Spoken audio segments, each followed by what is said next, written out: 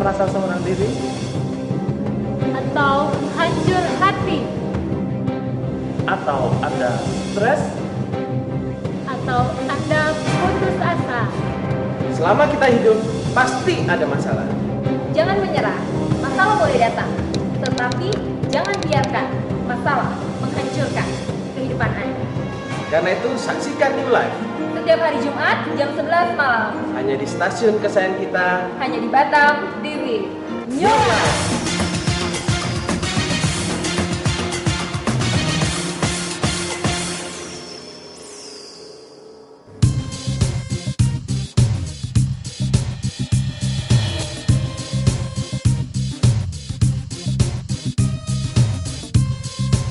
Batam TV, Jembatan Hati.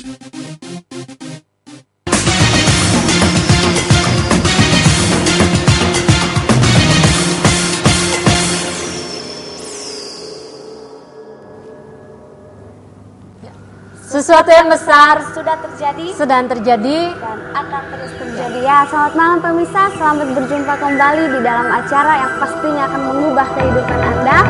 New Life. Gimana kabar pemirsa pada malam hari ini? Kita selalu yakin dan percaya kita selalu dalam keadaan yang luar biasa, dahsyat dan mantap sebagaimana siaran New Life pada malam hari ini. Ya pemirsa, seperti biasanya nih, acara ini kami kemas secara interaktif di mana pemirsa di rumah bisa berpartisipasi. Pemirsa yang mau curhat, pemirsa yang mau menceritakan apapun permasalahan pemirsa, bukan secara kebetulan pemirsa menyaksikan siaran ini karena siaran ini memang ada untuk Anda.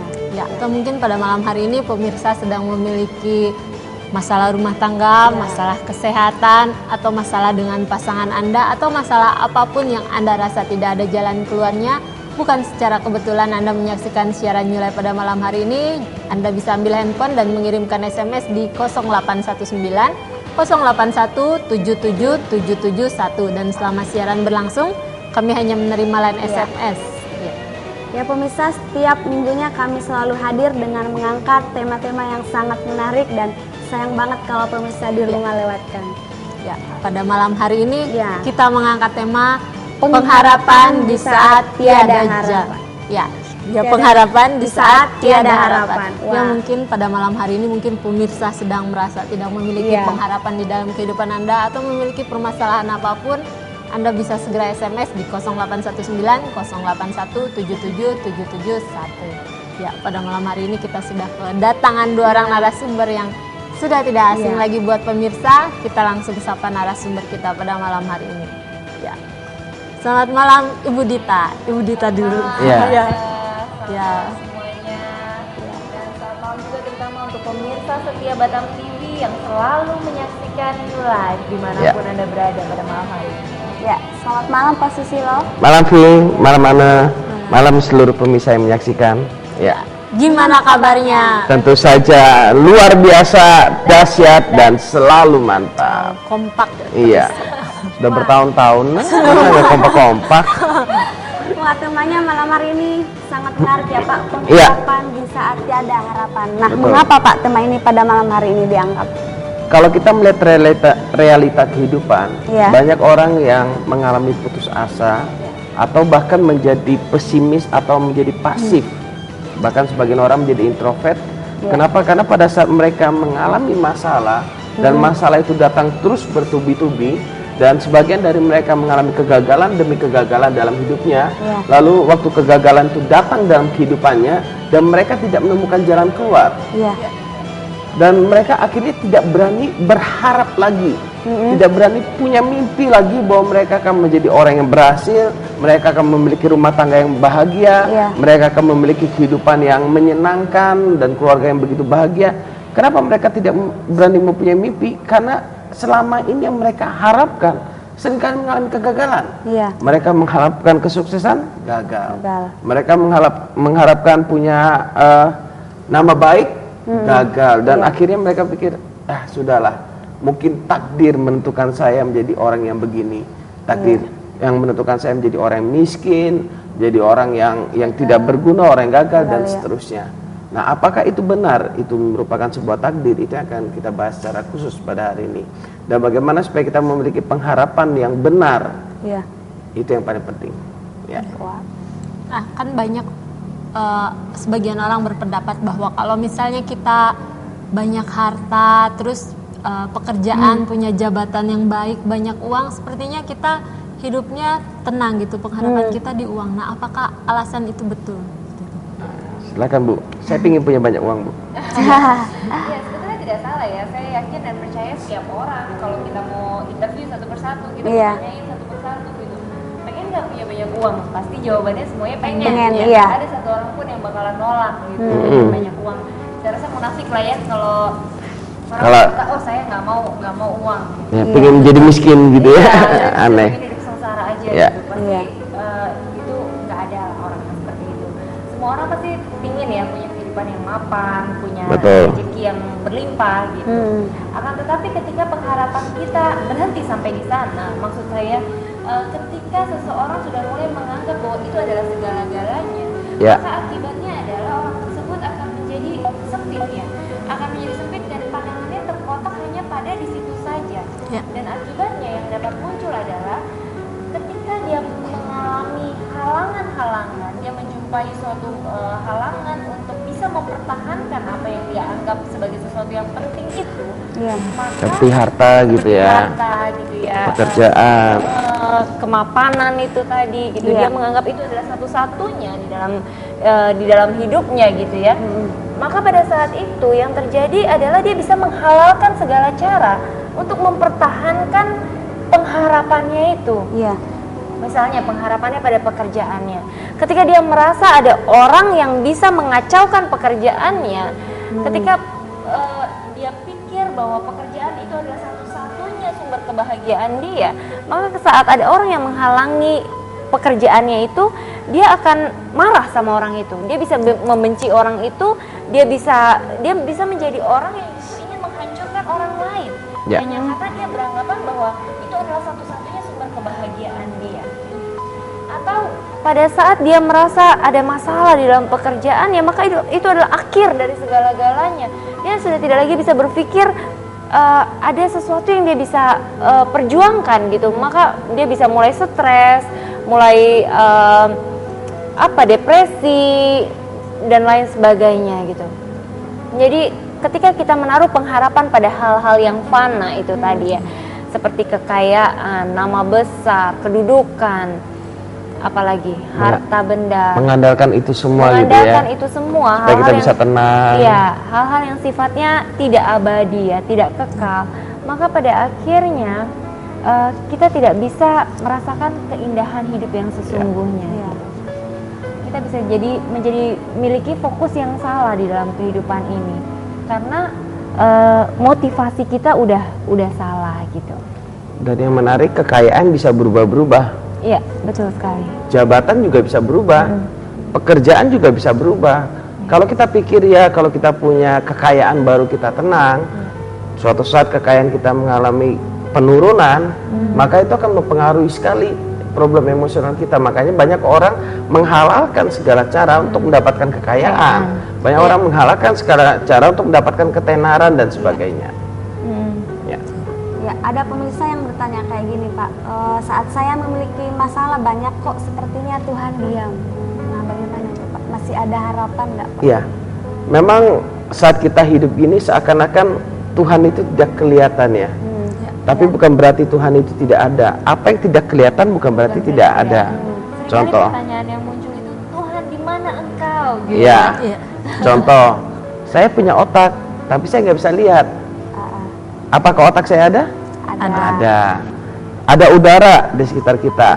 Kita bisa lihat? Nggak bisa. Kadang kita bisa merasakan gitu ya, tiupan angin dan sebagainya. Tapi kita nggak bisa lihat. Kita percaya udara ada. Demikian pula dengan Tuhan. Banyak orang berpikir apa Tuhan ada? Karena kita pada saat mengalami masalah, kita fokusnya pada masalah. Sehingga kita tidak bisa merasakan kehadiran Tuhan. Kita tidak bisa merasakan pertolongan Tuhan. Waktu kita fokus pada masalah, kita fokus pada pikiran kita mulai dikuasai oleh kepercayaan yang salah, dikuasai oleh pikiran kehancuran, dikuasai oleh pikiran yang gak benar, maka kita akan melihat Tuhan itu tidak ada. Padahal Tuhan itu benar-benar ada. Dan itu pernah saya alami sendiri dalam hidup saya. Bahkan saya sempat bertanya, Tuhan, engkau ada di mana? pertanyaan yang paling banyak lagi orang tanyakan adalah apa dosa saya? Iya. Satu hal yang ingin saya katakan bahwa sekalipun kita mengalami masalah sebesar apapun, percayalah Tuhan tidak pernah meninggalkan kita. Dia ada bersama dan kita. Dia maha hadir dan dia ada di dalam kita. Dia ada dalam hati kita. Dia menyertai kita. Walaupun kadang kita sulit untuk mengerti dan percaya. Kenapa? Karena kita lihat masalah itu begitu besarnya. Iya. Saya bisa berkata Vivi tidak ada. Kenapa? Saya ambil contoh misalkan ada kertas ini. Iya. Saya berkata Vivi nggak ada, Bu. Ibu bilang ada Vivi. Coba Bapak lihat sana. Saya bilang nggak ada. Kenapa? Kenapa saya tidak melihat Vivi? Karena saya melihat di depan mata saya hanya kertas ini. Iya. Waktu saya menutupi semuanya dengan masalah, hidup saya dengan masalah, maka saya tidak akan bisa melihat Tuhan. Ya. Tapi waktu kita bisa melihat Tuhan, kita bisa melihat jalan keluar di sana, di tengah-tengah badai sekalipun. Ya. Ya, buat pemirsa, kami masih tunggu SMS-nya di 0819 08177771. Apapun permasalahan yang pada malam hari ini pemirsa sedang alami, jangan ragu lagi. Anda bisa curhat kepada kami dan menanyakan permasalahan Anda di 0819 08177771. Ya. Ya.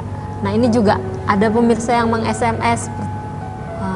Dia berkata, "Selamat malam Ibu, saya punya Selamat masalah malam. yang sangat besar dengan keluarga dan keuangan.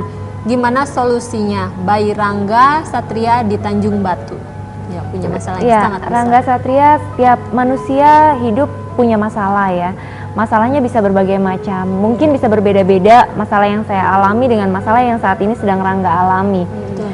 Tetapi ketika kita seperti yang tadi Pak Susilo sudah sampaikan ya, ketika kita berfokus pada masalah itu, maka yang ada adalah pandangan kita akan tertutup. Ya. Pandangan kita akan tertutup dan kita tidak bisa melihat jalan keluar. Tapi ketika kita belajar untuk berfokus pada Tuhan, bahwa Tuhan yang begitu besar, Tuhan yang begitu hebat gitu ya, Tuhan yang menciptakan langit dan bumi, Tuhan itu yang hebat itu berjalan bersama-sama dengan kita. Dia menyertai kita.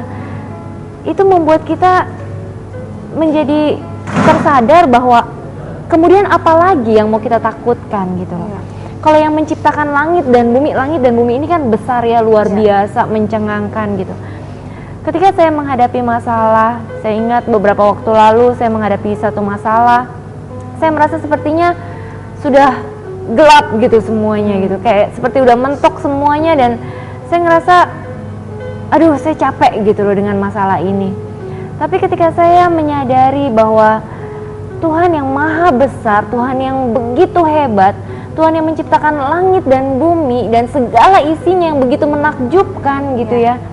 Matahari begitu luar biasa kita lihat, gunung-gunung begitu tinggi, segala alam semesta ini kan begitu menakjubkan ya kalau kita lihat ya. Dan yang lebih menakjubkan lagi, Tuhan yang hebat itu berjalan bersama-sama dengan saya. Dan kalau Tuhan yang hebat itu berjalan bersama-sama dengan saya, lalu apa yang mau saya takutkan gitu? Masalah sebesar apapun, kita akan bisa menghadapinya karena Tuhan berjalan bersama-sama dengan kita.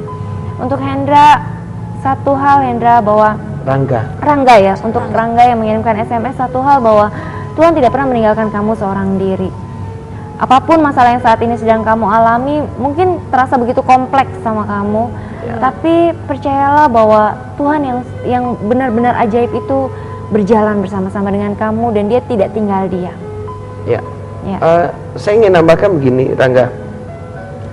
Misalkan jam tangan saya ini rusak, karena saya nggak ngerti jam tangan, ini menjadi masalah nggak untuk saya bisa memperbaikinya? Jadi masalah besar. Betul. Masalah besar bagi saya. Kenapa? Karena saya tidak tahu cara memperbaikinya. Tapi seandainya Vivi ini ahli jam, barusan saya kasihkan ke dia, Vi, tolong ini, Vi, jam saya kok rusak ini. Dia ngecek cuma beberapa menit langsung tahu. Oh gampang itu Pak, itu baterainya habis. Langsung bisa beres gitu langsung bisa beres. Kenapa? Karena dia memang ahlinya di sana.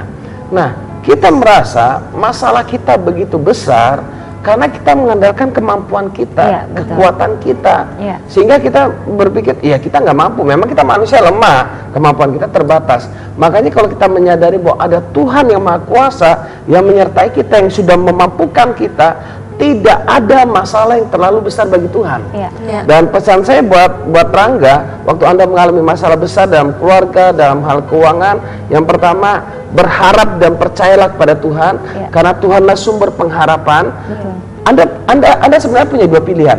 Anda mau mengeluh atau tetap percaya. Ya. Anda mengeluh, Anda marah, Anda emosi, Anda meratapi nasib, kenapa nasibku jadi gini, kenapa keluargaku begini, kenapa keuanganku begini atau pekerjaanku begini, itu tidak bisa merubah keadaan. Ya.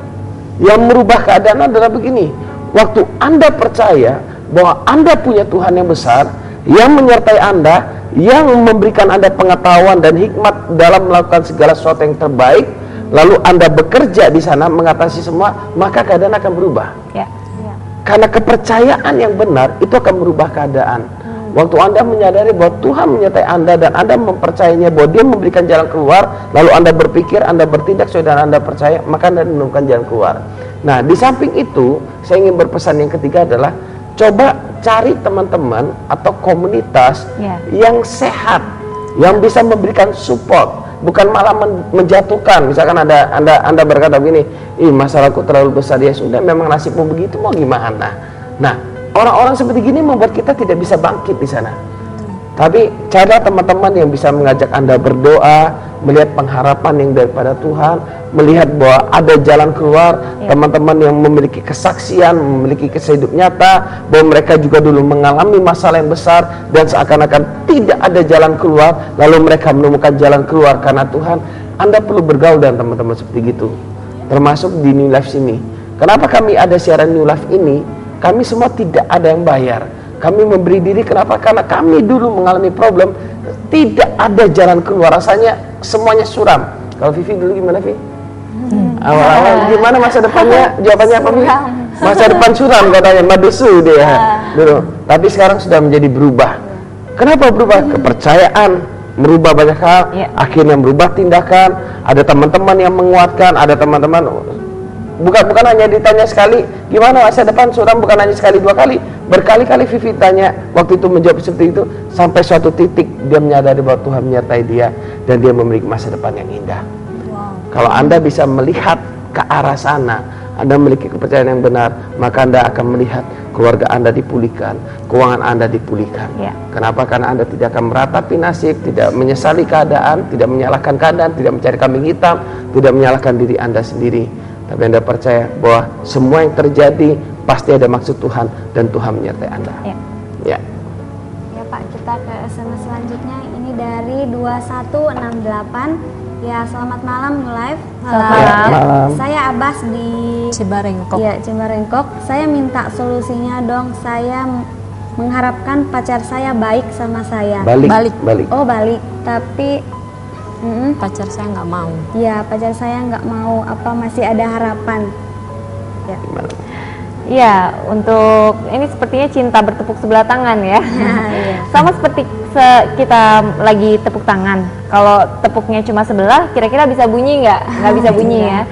Jadi kalau menurut saya, ketika pacar Anda sudah tidak lagi menginginkan untuk kembali bersama-sama dengan Anda, ya jawabannya sederhana, cari aja yang lain gitu ya.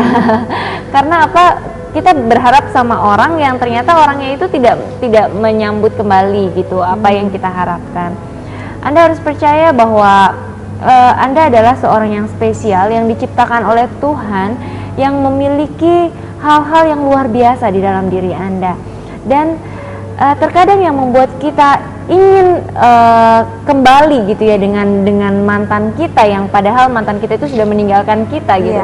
Terkadang yang membuat kita ingin kembali lagi di sana itu tanpa kita sadari adalah ketakutan kita, ketakutan untuk tidak bisa mendapatkan yang lebih baik dari itu gitu.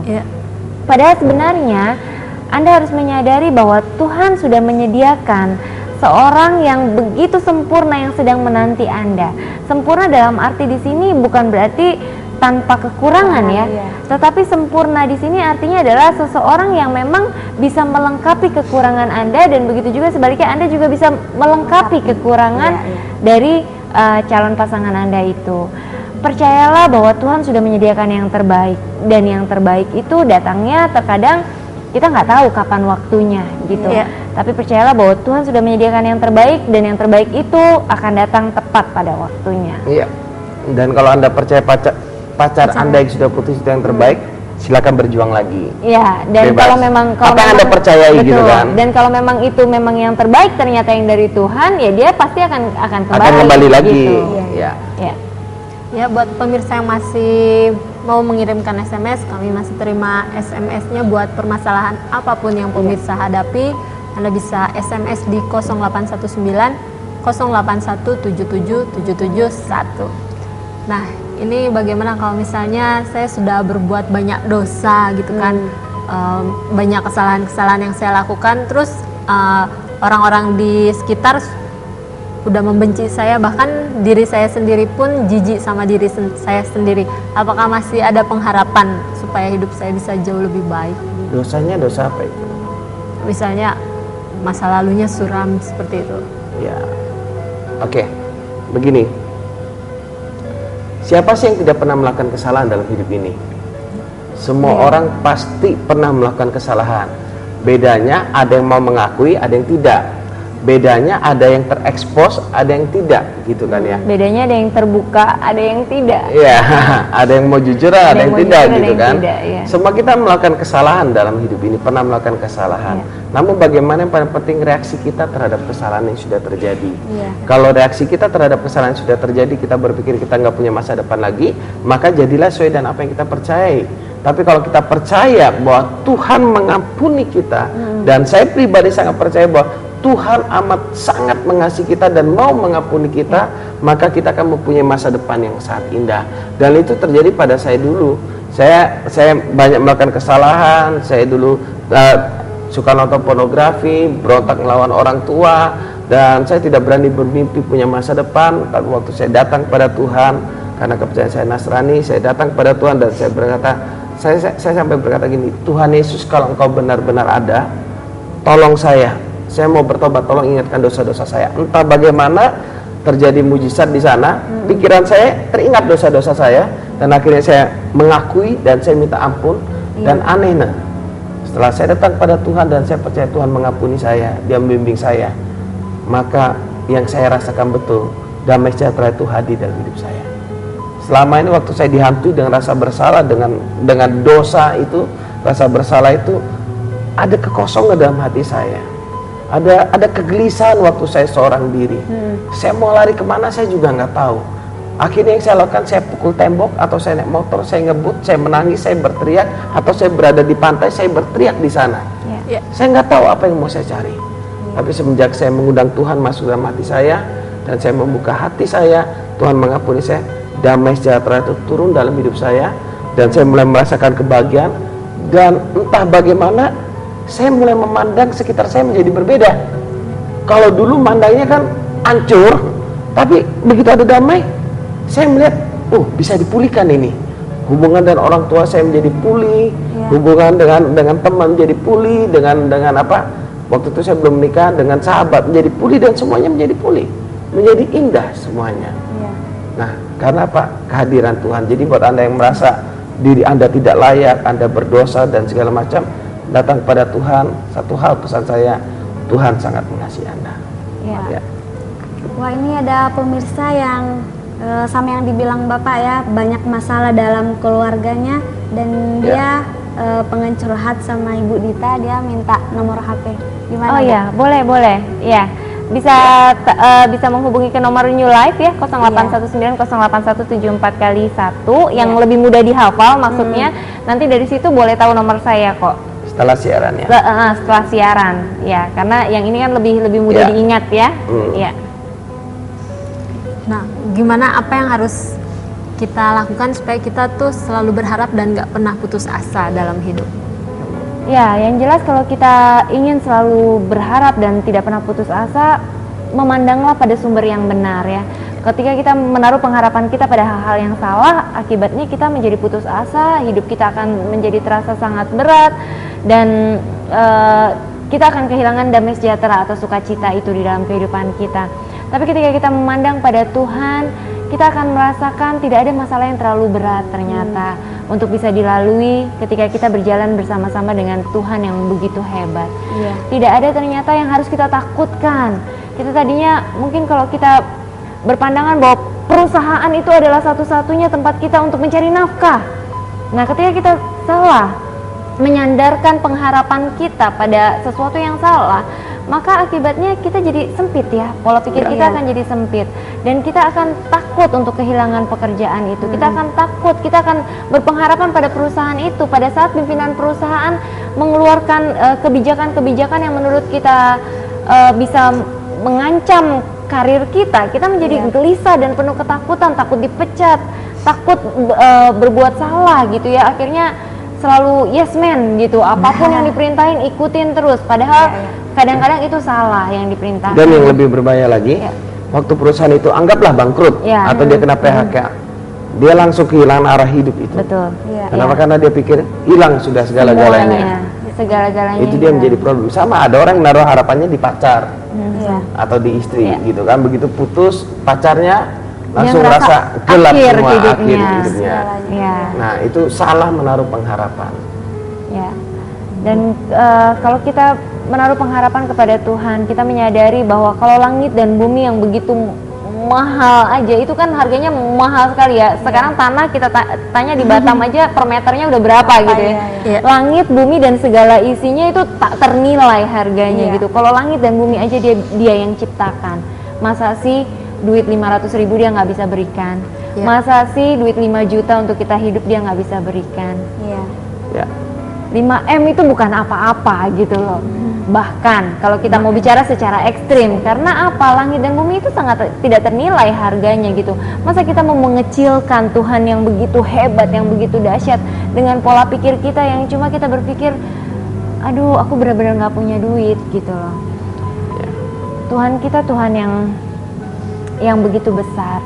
Jadi ketika kita menaruh pengharapan pada Tuhan, pada pribadi yang benar, menjadikan dia sebagai sentral dalam kehidupan kita, maka sebenarnya tidak ada lagi kok yang perlu kita khawatirkan, tidak ada lagi kok yang perlu kita takutkan.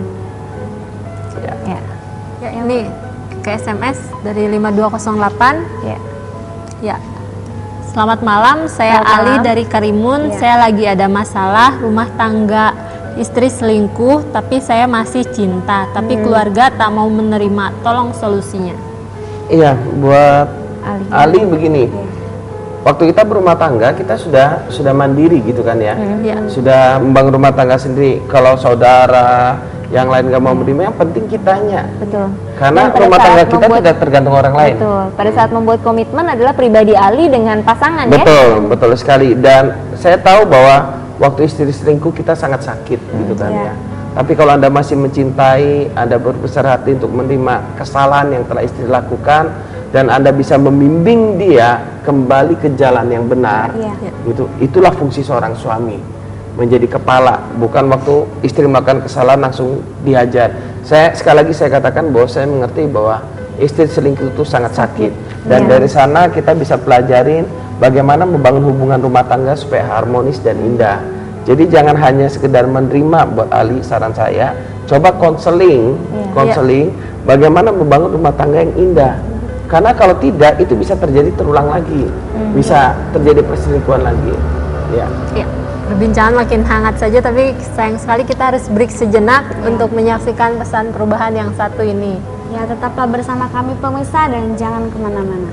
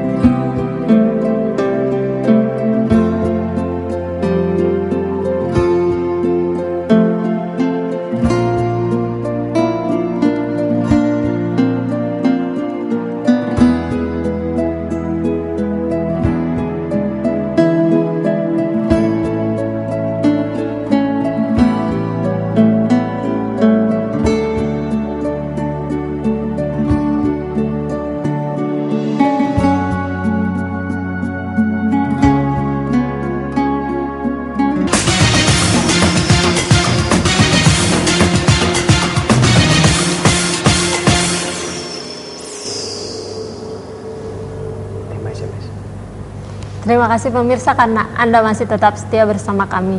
Ya pemirsa, kami tetap menunggu SMS dari pemirsa yang mau curhat, pemirsa yang mau mendapatkan jawaban dari setiap permasalahan pemirsa tetap bisa menghubungi nomor yang sama, yaitu di nomor 0819 081 7-nya 4 kali 1. Ya, kita langsung ke SMS yang sudah masuk. Ya, kita dari 3198. Ya, selamat malam. Ya, ini mau tanya ini. Sebagai orang percaya, apakah arwah orang yang meninggal? Apakah kita percaya bahwa ada arwah? Percaya dengan arwah orang yang meninggal. Orang meninggal itu apakah masih ada arwahnya mungkin? Oke. Manusia itu kan terdiri dari roh manusia itu adalah roh yang memiliki jiwa tinggal dalam tubuh. Waktu seorang meninggal itu cuma peralihan dari hidup dalam alam nyata ke alam roh. Cuma sampai di sana. Nah, waktu orang meninggal semuanya sudah ada tempatnya. Jadi kalau saya pribadi tidak percaya bahwa ada roh orang meninggal datang kepada saya. Yang saya percaya kalau ada roh orang meninggal datang pada saya, itu bukan roh orang meninggal tersebut, tapi iblis yang menyamar sebagai orang itu supaya saya sembahyang kepada orang itu, supaya saya menyembah orang itu. Padahal sebenarnya tanpa disadari saya menyembah iblis.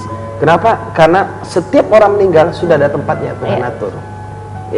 Dan tempatnya bukan bersama-sama dengan kita, bukan di alam sini. Iya. Ada tempatnya. Berarti kalau misalnya 7 hari ada di depan pintu, 40 hari baru pergi, itu berarti nggak ada ya? Itu iblis yang menyamar. Saya percayanya di sana. Jadi jangan ditakut-takutin nah. Ya biasanya orang meninggal hanya 7 hari masih ada di depan pintu katanya. Oke, kita ke SMS selanjutnya dari 2168. Selamat. Sudah tadi. Maaf ya, dari 2613. Selamat malam Kak. Selamat malam. Dan kakak berdua, bapak dan ibu narasumber. Ini Dede di Tanjung Pinang mau curhat. Dede ada deket dengan cewek, walaupun lewat BBM. Dede kenal dia dan bagi saudara dan dari abang saudara di Padang. Dianya dekat sama-sama kuliah di Padang. Sekarang Dede ada rasa sama dia, tapi Dede cemas dia nggak ada rasa. Jadi harus bagaimana? Tolong dibantu ya katanya. Oke. Silakan Bu. Dari Dede. Ya, ini kan baru kenalnya melalui BBM ya. Kalau menurut saya sih, kalau kita belum ketemu sama orangnya langsung gitu, terlalu prematur ya, mungkin terlalu cepat untuk mengatakan suka kepada seseorang yang kita belum jumpai secara pribadi gitu. Kalau memang kita mungkin ingin mengenal lebih jauh, mungkin lebih baiknya kita berteman dulu gitu ya. Kenal lebih jauh dan coba datang ke sana, main sekali-sekali gitu. Karena kalau dari jauh aja itu kadang apa ya, yang terlihat itu belum tentu sama seperti yang kita bayangkan gitu ya. Seringkali yang menjadi masalah adalah kita hidup di dalam alam imajinasi kita gitu loh. Alam imajinasi kita yang membuat segala sesuatunya itu terlihat begitu indah gitu. Padahal sebenarnya faktanya seringkali tidak bersesuaian dengan hal itu gitu. Karena banyak sekali saya perhatikan akhir-akhir ini semenjak dunia maya begitu marak ya.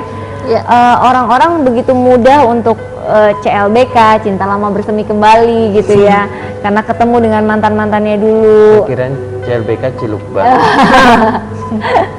Ketemu dengan mantannya dulu dan balik lagi nih Pak, rasa cintanya bersemi kembali gitu.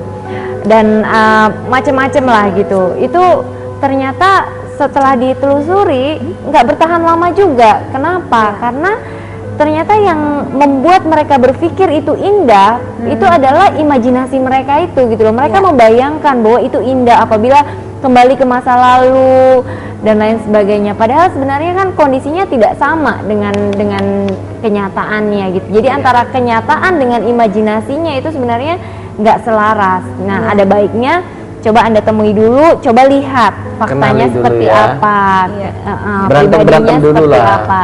Berantem dulu. Iya. Iya. Oke, kita ke SMS selanjutnya dari 2464. Ya. Selamat malam New Life. Selamat malam. Saya mengalami masalah ekonomi yang sulit dan di tempat ibadah saya tidak ada yang membantu, bahkan kepala tempat ibadahnya sendiri menyalahkan, memfitnah segala yang jahat pada saya. Apakah masih ada harapan buat saya? Dari Arifin di Tanjung Uma. Ya, begini.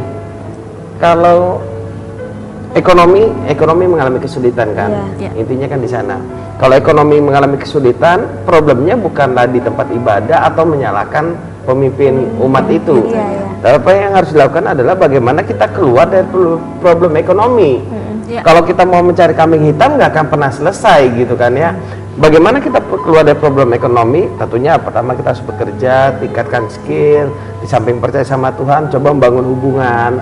Nah, kalau karakter kita memang baik, kita dapat dipercaya orang jujur, saya rasa tidak akan mengalami kesulitan mencari pekerjaan. Jadi jujur, baik, itu memang menjadi karakter kita, rajin bekerja, apalagi kita punya ide-ide yang brilian, tidak akan menjadi masalah mencari pekerjaan, atau malah kita bisa menciptakan pekerjaan sendiri walaupun itu kelihatannya kecil. Nah, kadang yang menjadi problem adalah orang tidak mau bekerja, kenapa? Karena gengsi. Contoh, misalkan jadi pelayan di restoran, ya, itu nggak mau, gengsi dong.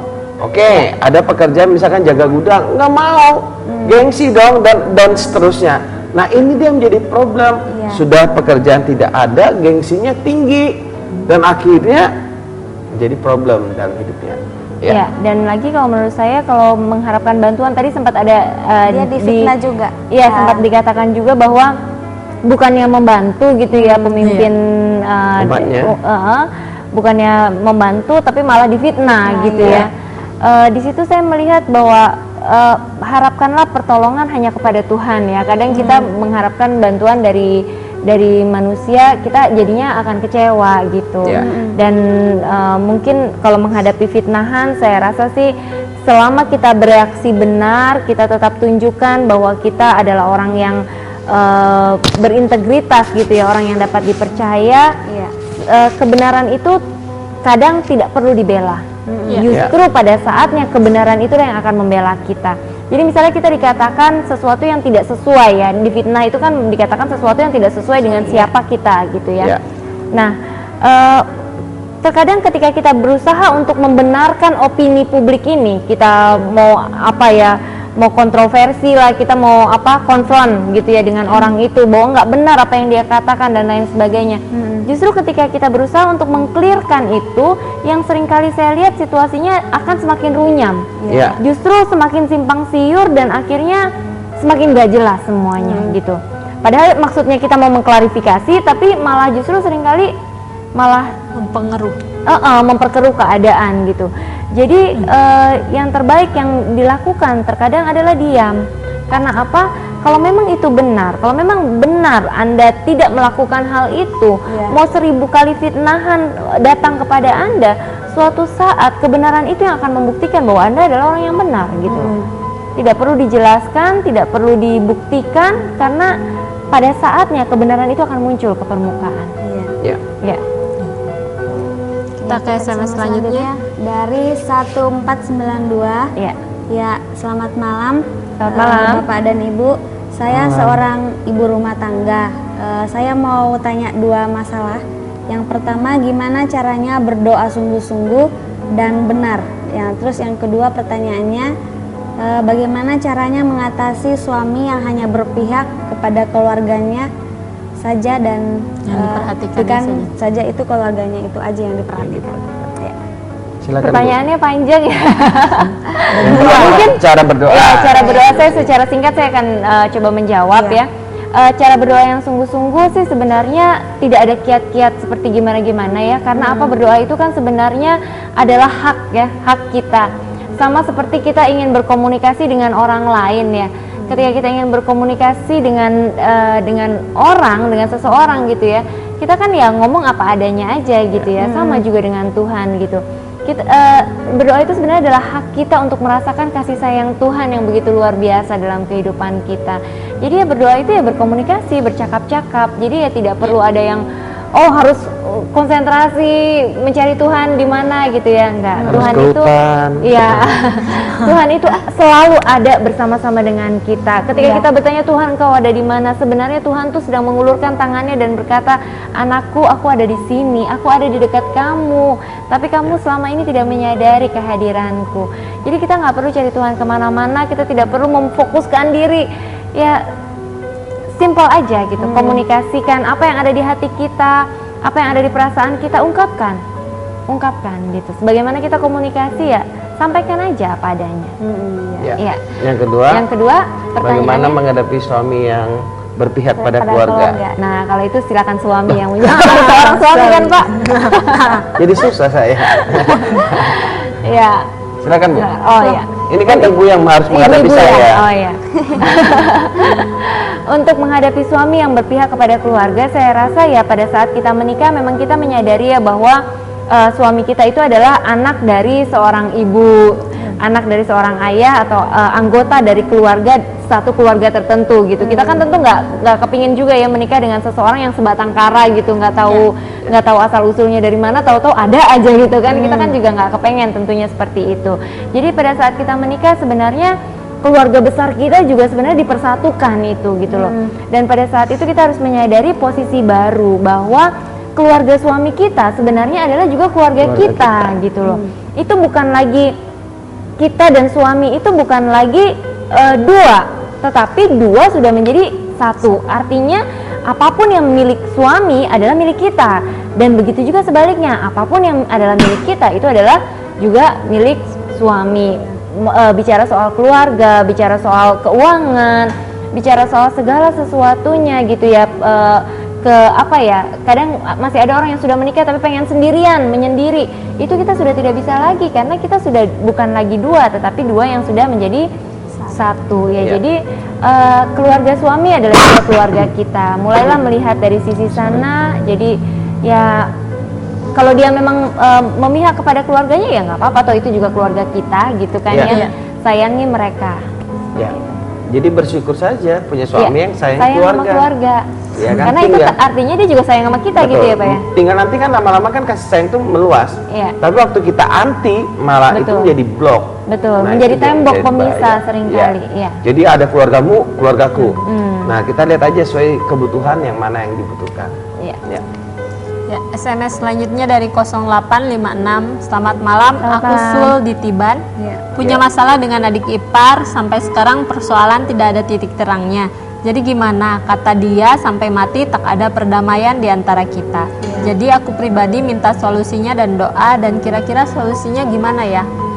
Iya, sayangnya tidak diceritakan persoalannya apa gitu ya. Tapi nggak apa-apa. Yang paling penting begini Sul.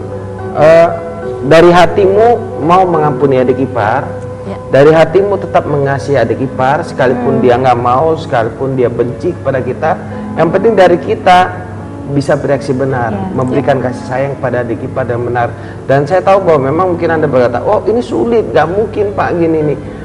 Iya, saya ngerti kalau memang terjadi pertengkaran memang agak sulit untuk bisa saling mengasihi, tapi percayalah kasih Tuhan dalam hati Anda akan memampukan Anda untuk bisa mengasihi adik ipar Anda. Iya, karena ketika kita mengambil keputusan untuk membenci orang lain, sebenarnya yang sedang kita rugikan bukan orang lain ya, tapi kita sedang merugikan diri kita sendiri. Penelitian medis menunjukkan 5 menit saja kita menyimpan amarah di dalam diri kita, itu sudah mengurangi kekebalan tubuh kita selama 6 jam. Jadi 5 menit kita marah, 6 jam umur kita lebih pendek gitu kan. Jadi yang rugi siapa? Iya, yang rugi kan kita sendiri. Jadi Untuk apa sih kita seperti itu? Ya kalau memang adik ipar kita mengambil keputusan untuk dia mau membenci kita, kita tidak bisa mengubah ya keputusan orang lain.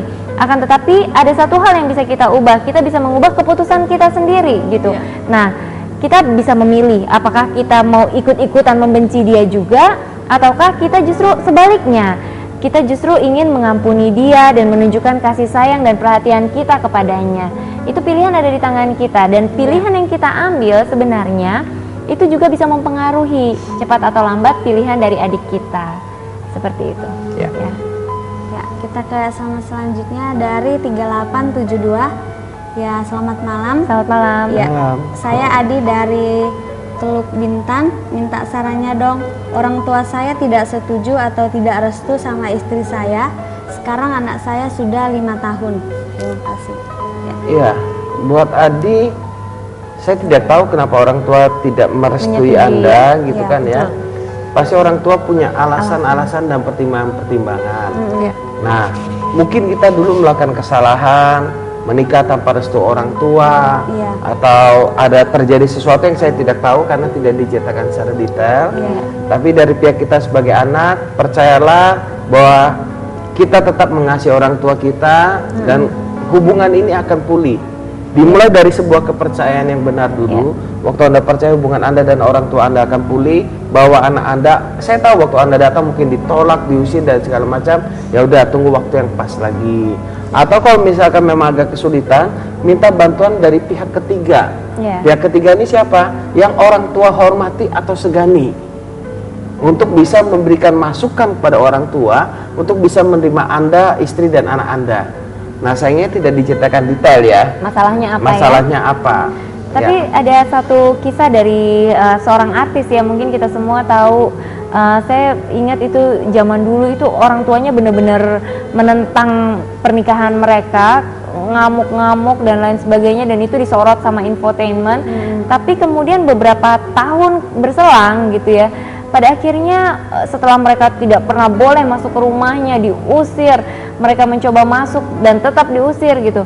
Beberapa tahun kemudian akhirnya orang tuanya mau membukakan pintu untuk anaknya. Nah, itu kenapa? Karena ada kerendahan hati dari sang anak untuk terus mencoba, meskipun pada awalnya ditolak, harus menelan rasa malu gitu ya, gengsi dan lain sebagainya. Tapi ternyata penantian itu tidak sia-sia, pengharapan itu tidak pernah sia-sia. Pada akhirnya juga ada hasilnya, seperti itu. Ya. Kita ke SMS dari 9979. Selamat malam. Selamat malam. Malam. Apa yang kita perbuat supaya kita jangan pendendam sama orang, sangat susah saya robah. Dari Joharispen Sinurat di Batam. Silakan. Ya. Sebenarnya kalau kita mau bicara mengampuni orang lain mengandalkan perasaan kita ya, apa yang kita rasakan, percayalah sampai kapanpun kita tidak akan mampu untuk mengampuni, karena memang itu sangat menyakitkan dan itu sangat berat gitu ya. Tapi pengampunan itu bukan bicara tentang perasaan, pengampunan itu bicara tentang keputusan. Jadi ketika kita mau ambil keputusan, kita minta pertolongan Tuhan, karena Tuhan adalah sumber pengampun ya. Ketika sumber pengampun itu memberi kita kemampuan untuk mengampuni, maka kita akan mampu untuk mengampuni. Ya. Ya. Dan kalau kita menyadari bahwa kita juga pernah melakukan kesalahan atau berkali-kali melakukan kesalahan dan diampuni oleh Tuhan, maka kita akan lebih mudah mengampuni. Makanya fokus sebelum kita mengampuni adalah fokus pada Tuhan yang sudah mengampuni kita. Waktu kita menyadari Tuhan sudah mengampuni kita, kita akan mudah mengampuni orang lain. Dan ingat, tidak ada seorang pun yang tidak pernah melakukan kesalahan. Lalu yang bagian yang penting yang ingin saya berikan adalah jangan cap diri Anda pendendam. Jangan cap diri Anda pendendam. Anda orang yang baik. Anda yang penuh dengan kasih dari Tuhan. Sehingga Anda bisa mengampuni, memberikannya itu dengan sukacita. Sekalipun Anda disakiti, memang sakit. Bukan berarti nggak sakit ya. Sakit tapi bisa mengampuni. Ya. Ini ada SMS selanjutnya dari 7356. Ya, selamat malam. Selamat malam. Ya, saya mau minta saran. Saya belum bekerja, tapi keuangan dalam keluarga kami masih kekurangan. Apa yang harus saya lakukan? Ya, ketika kita belum bekerja ya, yang pertama mungkin kita mencoba mencari pekerjaan. Tapi mungkin ketika kita merasakan mungkin susah ya sekarang mencari pekerjaan di Batam juga nggak terlalu mudah untuk mencari pekerjaan. Nah, hal pertama yang harus kita lakukan adalah coba kita lihat hal apa sih yang paling senang kita lakukan, yang kita tertarik gitu untuk melakukannya, meskipun kalau kita lakukan itu kita nggak dibayar, kita nggak apa-apa gitu loh, kita nggak keberatan untuk melakukan itu meskipun tanpa dibayar. Yang kedua, coba lihat apa yang menurut kita mudah, menurut orang lain itu susah gitu. Pekerjaan apa yang menurut kita itu mudah, tapi menurut orang lain itu susah. Nah, mulailah lihat di sana dan mulai pelajari dulu di sana gitu. Kenapa? Karena orang-orang yang sukses dan berhasil dalam bidangnya itu adalah orang-orang yang memang benar-benar all out di dalam bidangnya, karena memang dia sesuai dengan panggilannya. Jadi setiap manusia, setiap kita diciptakan sama Tuhan, sebenarnya kan Tuhan punya tujuan ya. Tuhan tidak pernah menciptakan setiap kita ini hanya untuk ya udah sebagai pelengkap aja gitu. Enggak. Tuhan menciptakan kita sejak pada saat kita diciptakan itu lengkap dengan tujuannya. Kita ini sudah lengkap diberikan kelebihan-kelebihan, talenta-talenta dan kemampuan-kemampuan untuk bisa mencapai tujuan kita itu. Nah, cara ngeceknya adalah dengan itu tadi, dengan melihat hal-hal apa yang kita sangat tertarik untuk melakukannya, meskipun tanpa dibayar pun kita rela lakukan itu. Atau yang kedua, kita melihat ada hal yang menurut kita mudah, menurut orang lain itu sulit, karena itu bisa dikatakan itu adalah talenta kita. Nah, kalau masih bingung juga, aduh kayaknya kok saya nggak bisa apa-apa ya, aduh kok kayaknya saya kok nggak punya keahlian apa-apa, Anda bisa datang ke New Life bisa hubungi New Life di nomor yang sama, bisa janjian ketemu kita punya alat-alat tes yang bisa menunjukkan tipe kepribadian Anda seperti apa, dan juga kita bisa nanti berkomunikasi lebih lanjut tentang bakat dan minat Anda di mana. Nah, ini juga ada SMS dari 2464, Shalom New Life, apakah saya bisa menerima layanan pencerahan secara langsung? Terima kasih atas penjelasannya. Tentu bisa, kita senang banget ya. Justru kita sangat berharap kalau kita bisa memberikan bantuan lebih dekat gitu ya, lebih penjelasan yang lebih detail, lebih lengkap lagi gitu. Justru kita senang banget dan welcome, boleh telepon kita setelah acara ini berakhir ya. Nanti kita bisa komunikasi lebih lanjut untuk kita bisa janjian. Ya, kita ke SMS selanjutnya dari 9687. Ya, saya Andi di PAYU. Saya sudah hampir 15 tahun ditinggal istri, ditinggal istri, nggak ada kabar sampai sekarang. Aku coba tanya sama orang tuanya, malah bilang lupakan saja. Maksud keluarganya itu apakah? Apa aku juga nggak tahu? Ya, yang membuat saya bingung. Bisa nggak saya nikah lagi tapi belum ada perceraian? Tolong solusinya. Saya tidak tahu keyakinan agama Anda ya. Kalau di keyakinan saya, orang belum bercerai pasti nggak bisa menikah lagi. Gitu kan? Dan bahkan orang yang belum bercerai pun tidak bisa bercerai karena apa yang sudah disatukan Tuhan tidak bisa dipisahkan oleh manusia. Ya, orang yang sudah menikah nggak boleh bercerai di keyakinan kami. Kita ke SMS selanjutnya dari 0161. Selamat malam New Life. Saya pengen sharing karena saya selalu bingung apa sih langkah biar kita selalu bisa dan biasa berbuat positif. Oke, ini hal yang menarik gitu ya.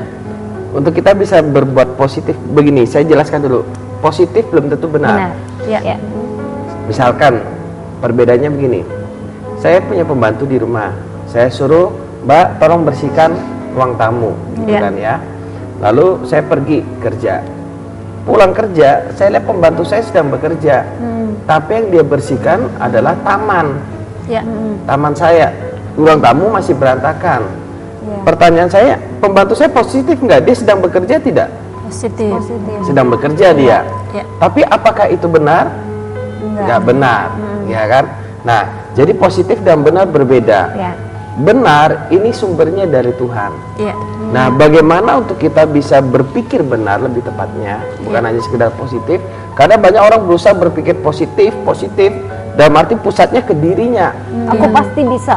Aku pasti bisa. Aku pasti kaya. ya kan? Tahun depan penghasilanku 5 miliar, positif kan? Ya, 5 miliar, bangun tidur 5 miliar. Ternyata tidak terjadi. Dan makanya kenapa banyak orang berpikir positif akhirnya menjadi frustasi, menjadi down. Atau kalau berhasil jadi sombong. Aku bisa meraih ini karena aku yang hebat. Ya. Nah, makanya kita perlu berpikir benar.